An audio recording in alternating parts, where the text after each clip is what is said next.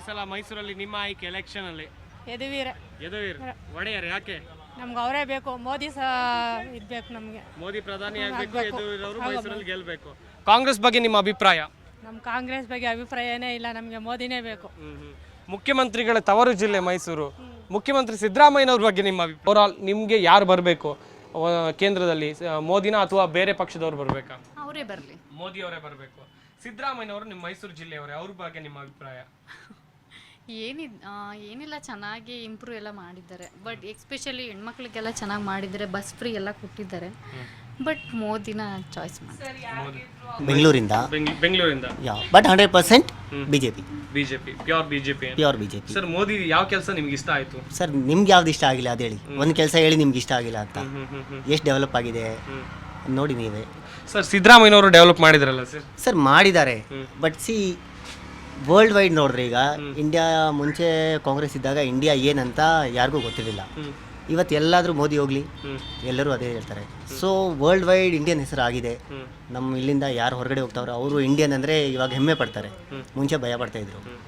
ರಾಮ ಮಂದಿರ ಕಟ್ಟಿದ್ರು, ಅದ್ರ ಬಗ್ಗೆ ಏನು ಹೇಳ್ತೀರಾ ನೀವು? ರಾಮ ಮಂದಿರ ಇಡೀ ಇಂಡಿಯಾಗೆ, ಅದು ಇಂಡಿಯಾಗೆಲ್ಲ ವರ್ಲ್ಡ್ಗೆ ದೊಡ್ಡ ವಿಷಯ. ಅದು 500 years ಇಂದ ಆಗಿರಲಿಲ್ಲ ಅದು. ಸೊ ಮೋದಿ ಬಂದ ಮೇಲೆ ಅವ್ರು ಕಷ್ಟಪಟ್ಟು ಅವ್ರು ಮಾಡಿಕೊಟ್ಟಿದ್ದಾರೆ.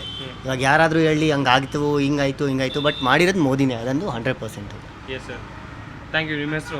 ಬಂದ್ಮೇಲೆ ತುಂಬಾ ಒಂದು ರೀತಿ ಅನುಕೂಲಗಳು ಜಾಸ್ತಿ ಆಗಿದೆ. ಏನಂತ ಹೇಳಿದ್ರೆ, ಸರ್ಕಾರದ ಪ್ರಕಾರ ತಗೊಂಡ್ರೆ, ನಮ್ಮ ಇಂಡಿಯಾ ಪ್ರಕಾರ ತಗೊಂಡ್ರೆ ಎಲ್ಲರ ಮುಂದೆ ಇಂಡಿಯಾ ಏನು ಅಂತ ಎತ್ತಿ ತೋರಿಸೋ ಕೆಲಸ ಮಾಡಿದ್ದಾರೆ. ಆದರೆ ಸಿದ್ದರಾಮಯ್ಯ ಅವ್ರನ್ನ ತಗೊಂಡ್ರೆ ಊರಿನ ಪ್ರಕಾರ ಒಳ್ಳೇದು ಮಾಡಿದ್ದಾರೆ. ಬಟ್ ಆದರೆ ಆಲ್ ಓವರ್ ವರ್ಲ್ಡ್ ತಿರುಗಿ ನೋಡೋ ಹಾಗೆ ಏನು ಮಾಡಿಲ್ಲ. ಹಾಗಾಗಿ ಈಗ ಪ್ರತಾಪ್ ಸಿಂಹ ಅವರು MP ಆಗಿದ್ರು, 10 years ತುಂಬಾ ಡೆವಲಪ್ ಮಾಡಿದ್ದಾರೆ ಮೈಸೂರನ್ನ. ಅವರಿಗೆ ಈ ಸಲ ಟಿಕೆಟ್ ಸಿಗ್ಲಿಲ್ಲ. ಸಿಗದೆ ಇದ್ದಾಗ ನಿಮ್ಗೆ ಬೇಜಾರಾಯ್ತಾ? ಅಫ್ಕೋರ್ಸ್ ಎಲ್ಲರಿಗೂ ಬೇಜಾರಾಗುತ್ತೆ ಸರ್, ಅವ್ರಿಗೋಸ್ಕರ ಮಾಡಲ್ಲ. ಬಟ್ ಏನೋ ಒಂದು ಅಡ್ವಾಂಟೇಜ್ ಸಿಗುತ್ತೆ ಗೆಲ್ಲೋದ್ರಿಂದ ಅಂತ ಮಾಡ್ತಾರೆ ಅಷ್ಟೇ. ಬಟ್ ಮೋದಿ ಅವ್ರು ಮಾಡಿದ ಕೆಲಸ ನನಗೆ ತುಂಬಾ ಇಷ್ಟ ಆಗಿದೆ. ಯದುವೀರ್ ಒಡೆಯರ್ ಬಗ್ಗೆ ನಿಮ್ಮ ಅಭಿಪ್ರಾಯ? ನೋಡಬೇಕು ಸರ್, ಒಳ್ಳೆ ಹೋಪ್ಸ್ ಅಂತ ಇಟ್ಕೊಂಡಿದೀವಿ. ನಮ್ಮ ಮೈಸೂರಿನ ಹೆಮ್ಮೆ ಅದು. ನೋಡೋಣ, ಲೆಟ್ಸ್ ಸಿ.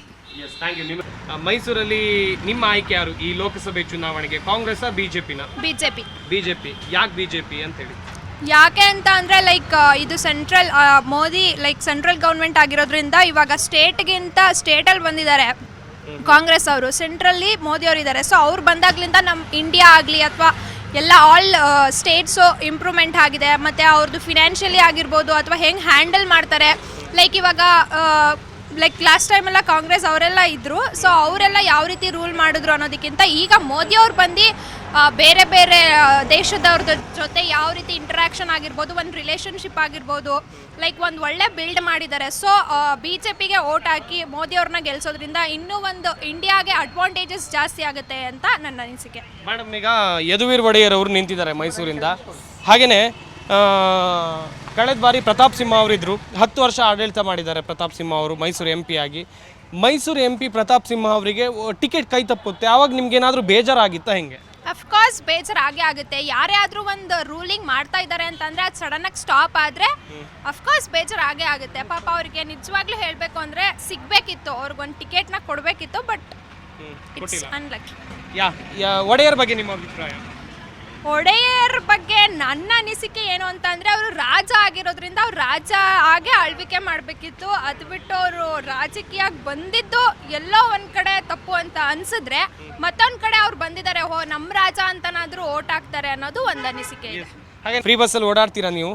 ಅಫ್ಕೋರ್ಸ್ ಓಡಾಡ್ತೀನಿ. ಫ್ರೀ ಬಸ್ಸಲ್ಲಿ ಓಡಾಡಿ ನೀವು ಬಿಜೆಪಿಗೆ ಸಪೋರ್ಟ್ ಮಾಡ್ತೀರಲ್ಲ ಈಗ? ಅಲ್ಲ, ಸಪೋರ್ಟ್ ಯಾವುದಕ್ಕೆ ಮಾಡ್ತೀವಿ ಅನ್ನೋದು ಇಂಪಾರ್ಟೆಂಟ್ ಅಲ್ಲ. ಗೌರ್ಮೆಂಟ್ ಕೊಟ್ಟಾಗ ಫೆಸಿಲಿಟೀಸ್ನ ನಾವು ತಗೋತೀವಿ.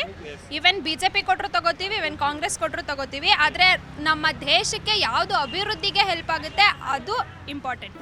ಜಿ ಕನ್ನಡ ನ್ಯೂಸ್ ಈಗ ನಿಮ್ಮ ಮನೆಯಲ್ಲೇ ನೋಡಿ. ಎಲ್ಲ ಕೇಬಲ್ಗಳಲ್ಲಿ ಈಗ ಲಭ್ಯ.